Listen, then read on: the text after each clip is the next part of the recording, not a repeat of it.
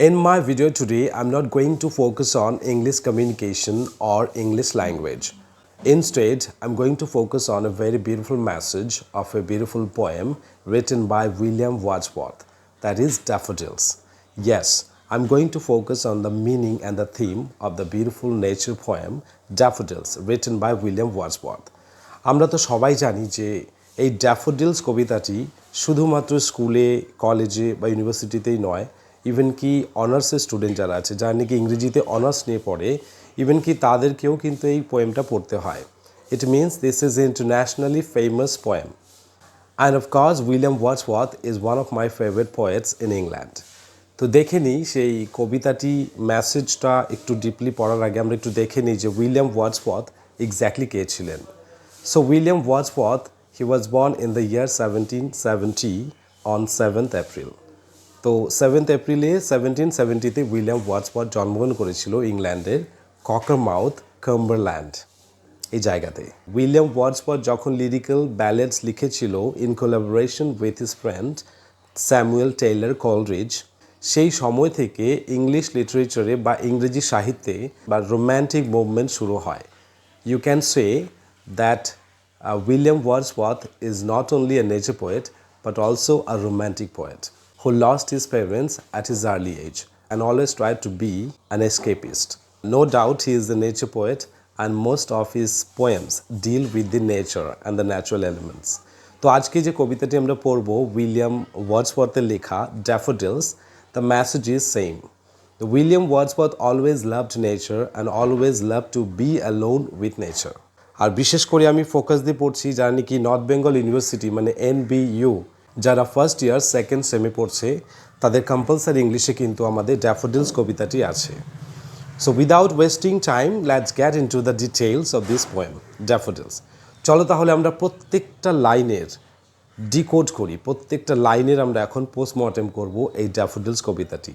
And you try to get the message. Remember, I'm not going to tell you the tricks of communication. Instead, you have to focus on the message. কারণ তোমাদেরকে যে অ্যান্সার্সগুলো লিখতে হবে সেগুলো কিন্তু ultimately বানিয়ে লিখতে হবে। আর নর্থ বেঙ্গল ইউনিভার্সিটিতে মেজর সাবজেক্টের যে ফেলের হার দেখলাম, মোর দেন 94% মেজর সাবজেক্টে ফেল করেছে। তো বুঝতেই পারছো যে প্যাথেটিক কন্ডিশন, কী অবস্থা। কলেজে ঠিকঠাক করে পড়া হচ্ছে না নাকি স্টুডেন্টরা ভালো মতো পড়ছে না। তো এনিওয়ে এখানে একটা কন্ট্রোভার্সিয়াল ম্যাটার চলে আসে, but will not focus on that thing. আমরা ফোকাস করব যে কী করে তোমাদের ভালো মতো ইংরেজিটাকে বোঝানো যায়, কী করে তোমাদের মার্কস বা পার্সেন্টেজটাকেও ইমপ্রুভ করা যায়। চলো তাহলে আমরা ফোকাস করি। And the serious student should focus on the explanation. আর যারা নাকি অ্যাভারেজ স্টুডেন্ট কখনই নোট মুখস্থ করবে না, বুঝে তোমরা যেটাই বুঝবে সেটাকে যদি নোটে লেখার চেষ্টা করো, I think this is much beneficial.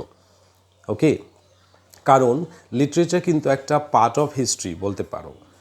Practically or apparently we do not get any type of benefits, but আমাদের ক্রিটিক্যাল থিঙ্কিং, মেন্টাল গ্রোথ হয়, আমাদের অ্যানালিটিক্যাল পাওয়ারটা অনেক বেড়ে যায় যখন নাকি আমরা পোয়েমসগুলোকে ডিকোড করি line by line according to the poet's thinking.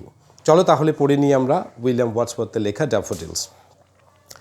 দেখো কবিতাটির প্রথম লাইনে কি বলেছে, I wandered lonely as a cloud that floats on high over vales and hills. This is the first line of the poem. তো প্রথম স্ট্যান্ডাতে কবি নিজেকে, প্রথম লাইনে বিশেষ করে কবি নিজেকে কম্পেয়ার করেছে একটা লোনলি ক্লাউডের টুকরোর সঙ্গে, যেটা নাকি উঁচু পাহাড় বা ভ্যালির ওপর দিয়ে মানে ঘুরে বেড়াচ্ছে। And that piece of cloud was also lonely just like the poet. It means the poet was all alone. কবিও কিন্তু একদম লোনলি ছিল, like the piece of the cloud he was watching that was floating high over the vales and hills. ঠিক আছে, তো মেঘের টুকরোটাও lonely ছিল because it was isolated and separate from the other clouds like the poet himself. In the next line the poet notice something. দেখো কি বলেছে, when all at once I saw a crowd a host of golden daffodils suddenly he noticed a host of golden daffodil flowers. হঠাৎ করে সে এক ঝাঁক golden daffodil ফ্লাওয়ার্সকে সে দেখতে পেল।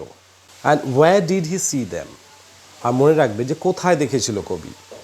ওকে, so the poet saw the golden daffodil flowers beside the lake and beneath the trees. তাহলে the poet saw the golden daffodils beside the lake. তার মানে কি দেখছি আমরা? The poet was wandering near a lake. সেখানে একটা লেকও ছিল কিন্তু। In that valley there was a lake and there was a tree as well. আর ঠিক লেকের পাশে এবং গাছের নিচে কিন্তু কবি এই ড্যাফোডিলস ফ্লাওয়ারগুলোকে দেখতে পেরেছিল। And what they were doing, আর তারা কি করছিল সেটা বলেছে in the last line of the first stanza. তো ফার্স্ট স্ট্যান্জার লাস্ট লাইনে বলেছে the daffodil flowers were fluttering their petals, তাদের যে পাপড়িগুলো আছে ওগুলো ফ্ল্যাটারিং করছিল and they were dancing in the breeze and there was a soft breeze blowing everywhere. Okay, there was a soft breeze blowing everywhere. তো সেখানকার ওয়েদারটা খুবই ভালো ছিল, আর এই ব্রিজের জন্য, এই সফট মৃদু বাতাসের জন্য the daffodil flowers were dancing in the breeze. So this is what the poet described in the first stanza of the poem Daffodils. তো ফার্স্ট স্ট্যান্জাতে ড্যাফোডিলসে এটাই বলেছে কবি, যে কবি কি দেখলো, কবি নিজেকে কেন কম্পেয়ার করলো ওই ক্লাউডসের সঙ্গে, just because he was travelling and he was wandering alone like the piece of cloud, so he compared himself with the cloud. And what did he see when he was wandering over there? He saw a host of golden daffodil flowers. And where did he see? Beside the lake and beneath the trees. Simple. This is the message the poet wanted to convey in his first stanza. Okay? তো ভালো করে মনে রাখবে যে কবি কোথায় ঘুরছিল, কি দেখছিল আর কোথায় দেখলো। ওকে, আর নিজেকে কেন ওই কম্পেয়ার করলো ক্লাউডসের সঙ্গে। Okay, let's move on to the next stanza. তাহলে নেক্সট স্ট্যান্জাটা দেখে নাও কি বলেছে। নেক্সট স্ট্যান্জা বলেছে the daffodil flowers continuous at the stars that shine and twinkle on the Milky Way. Continuous. That the poet, it means the poet saw number of golden daffodil flowers and they were shining so brightly. তোমরা তো জানো যে golden colour দিনের বেলা এত সুন্দর, মানে bright and attractive ছিল যে দিনের বেলা মনে হচ্ছে যেন ফুলগুলো শাইনিং করছিল। That means from a long distance you could see the golden daffodil flowers, এতটাই ব্রাইট করছিল। And that is the main reason why the poet compare the daffodil flowers with the stars at night. তো এর জন্য কিন্তু রাত্রেবেলা shining স্টারের সঙ্গে কিন্তু কবি ড্যাফোডিল ফ্লাওয়ার্সগুলোকে কম্পেয়ার করেছে। যে স্টার্সগুলো কী করি, the stars always shine in the sky, right, on the Milky Way. তো মিল্কি ওয়ে হলো আমাদের গ্যালাক্সি, যেখানে আমাদের সোলার সিস্টেম রয়েছে, মানে আমাদের সৌর পরিবার, যেখানে আমরা দেখতে পাচ্ছি একটা সূর্য এবং 9 প্ল্যানেটস। ওকে, চলো, তাহলে এই কারণে কিন্তু ওরা শাইনিং অ্যান্ড ব্রাইট ছিল বলে কিন্তু রাতের আকাশে শাইনিং টুইঙ্কলিং স্টারের সঙ্গে কবি ড্যাফোডিল ফ্লাওয়ার্সকে কম্পেয়ার করেছে। তো পরীক্ষা কোয়েশ্চেন্স আসলে কিন্তু ভালো করে বুঝিয়ে লিখে দিও, ট্রান্সলেশন করে নিজের থেকে, বাট ডোন্ট মেমোরাইজ, ঠিক আছে? লাইনগুলোকে মুখস্থ করবে না কিন্তু। Let's see in the third line. And এখানে বলেছে সেকেন্ড স্ট্যান্ডাতে কবি বলেছে আবার they stretched in never ending line. Okay, now here in the third line of the second stanza, the poet stressed on the number, the amount of golden daffodil flowers. কতগুলো golden daffodil ফ্লাওয়ার্সে দেখতে পেরেছে। তারা ছড়িয়েছিল, they stretched in never ending line, মানে কি the golden daffodil flowers spread in never ending line, মানে এত লম্বা, মানে লেক বরাবর এত দীর্ঘ জায়গা জুড়ে তারা মানে বিস্তৃত ছিল যে ইট look like never ending line, যে লাইনটা, যে ফুলের লাইনটা শেষ হচ্ছে না। ঠিক আছে, যে কারণে কিন্তু কবি বলেছে কথাটা যে they stretched in never ending line. এবার কোথায় ছিল ওই স্ট্রেচ করে, এটা আবার পরের লাইনে বলেছে along the margin of a বে, along the margin of a বে। বে is the small enclosure of a water body, যেটা নাকি সমুদ্রের সঙ্গে গিয়ে মিশেছে, একটা লেকের মতো একটা জায়গা। ঠিক আছে, দেখবে সমুদ্র, কিছু কিছু সমুদ্রের কিনারে দেখবে পাশে একটা বড় লেকের মতো একটা জলাশয় সেপারেট হয়ে গেছে, লাইক ওই যে তোমরা পড়ে থাকবে হর্সশু লেক, অশ্বক্ষুরাকৃতি হ্রদ। তো ওখান থেকে সমুদ্র কিন্তু পরে মিলে গেছে, দ্যাট ইজ কল্ড বে। পাশেই ছিল একটা বড় ওশান। ওকে, তো ওই লেকের পাশে বে অফ, যেমন আমাদের বে অফ বেঙ্গল, তো ওই লেকের পাশে, লেকের তীরে বা ধারে কবি কিন্তু ওই নেভার এন্ডিং গোল্ডেন ড্যাফোডিল ফ্লাওয়ার্সকে দেখতে পেরেছিল। দেখো তারপরে কি বলেছে, how many daffodil flowers did the poet C?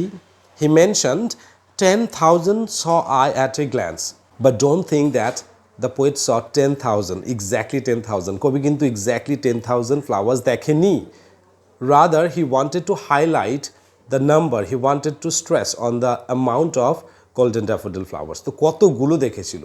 10,000, it sounds a huge number in that time. ওকে, তো 10,000টা শুনতে অনেক বেশি লাগে বলে কবি কিন্তু জাস্ট বলেছে 10,000, he wanted to say that he saw a lot of golden daffodil flowers.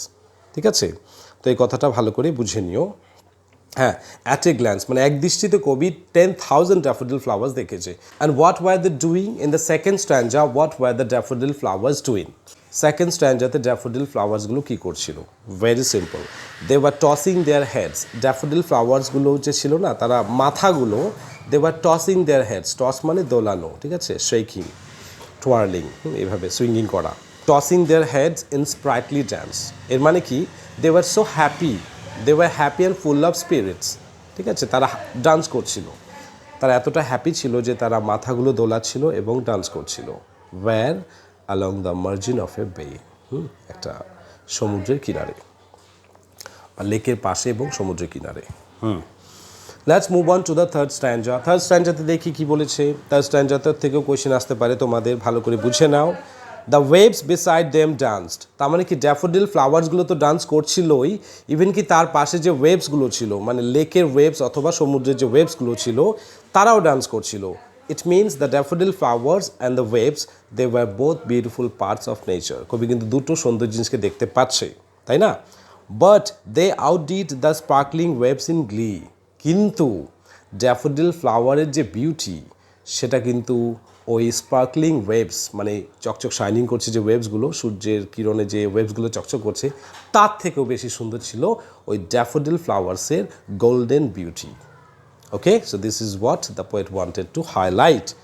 তার মানে ড্যাফোডিল ফ্লাওয়ার্সগুলো অনেক বেশি সুন্দর ছিল এবং ওই ঢেউয়ের যে স্পার্কলিং বিউটি আছে তাকে আউটডিট করে দিচ্ছিল, মানে সারপাস করে দিচ্ছিল, মানে ছাপিয়ে যাচ্ছিল। ঠিক আছে, next, a poet could not but be gay. আর একটা কবি কী বা করবে in such a jocund company, এত সুন্দর হ্যাপি কোম্পানির সঙ্গে কবি যদি থাকে তাহলে কি করবে? Definitely he would also be a happy person, সেও একজন হ্যাপি পারসন হবে, তাই না? If you hang around with the happy people you will be happy, if you hang around with the sad people will be sad. তো definitely কবি কিন্তু এখানে বলেছে যেহেতু ওই গোল্ডেন ড্যাফোডিল ফ্লাওয়ার্স এবং ওই যে সমুদ্রের যে ওয়েভস, তারা দুজনেই হ্যাপি ছিল। So this is quite natural, the poet is also going to be happy with the friends like that. তো এরকম ধরনের বন্ধু যদি থাকে, তার মানে গোল্ডেন ড্যাফোডিল ফ্লাওয়ার্স, সমুদ্রের যে ওয়েভস আছে, স্পার্কলিং ওয়েভস, এগুলো কিন্তু কবির বন্ধু হিসেবে কবি কনসিডার করেছে। যে কারণেই the poet was also very happy after watching that amazing spectacular scene. Okay, চলো তাহলে আমরা লাস্টেরটা দেখে নিই আর কি হলো।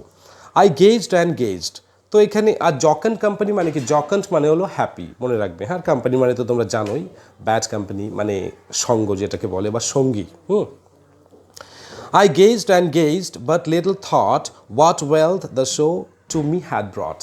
I gazed and gazed. কবি কিন্তু এক দৃষ্টিতে তাকিয়েছিল at the golden daffodil flowers. Gazed মানে এক দৃষ্টিতে তাকিয়ে থাকা। And at the same time, the poet was thinking professionally, what benefit did he get after watching that golden daffodil flowers beneath the trees beside the lake along the bay? তো কি benefit এসেছিল আমরা একটু দেখে নিই। কবি কিন্তু এটাকে ডিকোড করেছে লাস্ট স্ট্যান্ডাতে। দেখি লাস্ট স্ট্যান্ডাতে কি বলেছে। I gazed and gazed but little thought what wealth, কি সম্পত্তি তিনি দিয়েছে, কি লাভ হলো কবির এই ড্যাফোডিল ফ্লাওয়ার্সগুলোকে দেখে। চলো দেখে নিই তাহলে লাস্ট স্ট্যান্ডাতে কি লাভ হলো কবির। What wealth the show to me had brought, আমাকে কি ওয়েলথ এনে দিয়েছে। দেখি তার লাস্ট স্ট্যান্ডাতে কবি বলেছে ফর অফট মানে হলো ফর অফেন, মানে প্রায়, ফ্রিকুয়েন্টলি, যখনই কবি টাইম পেত। When on my couch I lie, যখন আমি আমার বিছানায়, আমার কাউচে যখন আমি ঘুমোতাম, মানে শুয়ে পড়তাম। In vacant or in pensive mood, যখন নাকি ভ্যাকেন্ট মানে খোলা মনে বা মুক্ত মনে, বা পেন্সিভ মুড মানে স্যাড মুডে যখন নাকি আমরা, বা কবি যখন নাকি স্যাড বা খোলা মনে যখন নাকি সে শুয়ে পড়তেন বা বিছানায় যখন নাকি নিজেকে এলিয়ে দিতেন, তখন কি হতো জানো? The golden daffodil flowers which he saw them flashed upon his inward eye. সেই গোল্ডেন ড্যাফোডিল ফ্লাওয়ারের যে বিউটিটা কবির মনের দৃষ্টিতে, মনের চোখে কিন্তু ফ্ল্যাশ হতো, মানে ভেসে উঠতো। ঠিক আছে, তো কবি কিন্তু সেকেন্ড টাইম কিন্তু ওই ড্যাফোডিল ফ্লাওয়ার্সকে দেখতে পাচ্ছে when he is at home lying on his couch. তো যাই হোক, তখন আর রিয়েলিটিতে দেখছে না, তখন দেখছে সে মনের দৃষ্টিতে। ইনওয়ার্ড আই মানে হলো মনের দৃষ্টি, ঠিক আছে? যখন নাকি আমরা কোনো একটা সুন্দর জিনিস দেখি বা প্রকৃতি কোনো একটা সুন্দর অ্যাট্রাকটিভ সাইটকে আমরা দেখতে পাই, তখন দেখবে যে বাড়িতে আসার পরেও না সেই দৃশ্যটি কিন্তু আমাদের মনে মনে বা চোখে চোখে ভেসে ওঠে। And this is what the poet wanted to say. তো কবি বাড়িতে আসার পরেও কিন্তু he could enjoy the beautiful golden daffodil flowers in his inner I, তার মনের দৃষ্টি দিয়ে দেখতে পেত। আর লাস্টে বলেছে which is the bliss of solitude, যেটা নাকি সলিটিউডের আশীর্বাদ, মানে নির্জনতা বা একাকিত্বের একটা আশীর্বাদ। না, what did the poet want to mean by this line? এবার সলিটিউড বা সলিটারি ফিলিংস কিন্তু কখনোই ভালো হিসেবে দেখি না আমরা। তা একটা কথা আছে, দেখবে যে empty mind is the devil's workshop, মানে শূন্য মন বা খোলা মন বা ফাঁকা মন কখনোই মানে ভালো প্রোডাক্টিভ কাজ করে না, অলওয়েজ কিন্তু এটা একটা ডেভিলস ওয়ার্কশপের মতো কাজ করে। তাই বলছে যে সলিটারি অথবা loneliness is not something good that we like, it is like a negative feeling and a negative situation. তো এই সময় কি হয়, when the flowers flash in his eyes, at that time the poet starts enjoying the same view as he saw near the lake or under the tree. Okay, সেই যে golden daffodil ফ্লাওয়ার্সগুলোকে আবার দেখতে পায়, অ্যান্ড তার solitude বা loneliness কিন্তু তখন কেটে যায়। তখন কি করে সে? And then let's see what happens with the poet. And then my heart with pleasure fills. তখন কিন্তু কবি আর পেন্সিভ ফিল হয় না, কবি কিন্তু আর ভ্যাকেন্ট মুডে থাকে না। At that time the poet's heart fills with pleasure and his heart starts dancing like the daffodil flowers which he saw them in the valley. So this is what the poet wanted to say or describe in his beautiful nature poem Daffodils. ওকে, তো তোমরা বুঝতে পারলে ব্যাপারটা। এবার যে possible কোয়েশ্চেন্সগুলো আছে সেই কোয়েশ্চেন্সগুলো আমি তোমাদের মোটামুটি ভিডিও কমেন্ট বক্সে কিছু কোয়েশ্চেন্স আমি লিখে দেব, চেষ্টা করব। আর তোমরা যারা দেখো, একটা ছোট্ট ভিডিওতে কিন্তু কখনোই ওই এক্সপ্লেনেশনসগুলোকে ডিটেলে বলা যায় না। আমি যে পোয়েম একটা সচরাচর 1 ঘন্টা বা 1.5 ঘন্টায় বোঝাই, সেই পোয়েমটাকে আমি 20 মিনিটে শেষ করলাম। তো তোমরা বুঝতেই পারছো, অফলাইন ক্লাসে আমি যেভাবে পোয়েট্রি বা যে কোনো পোয়েমকে আমি এক্সপ্লেন করি, এটা হলো এক্সটেন্ডেড ভার্সন হয়ে যায়।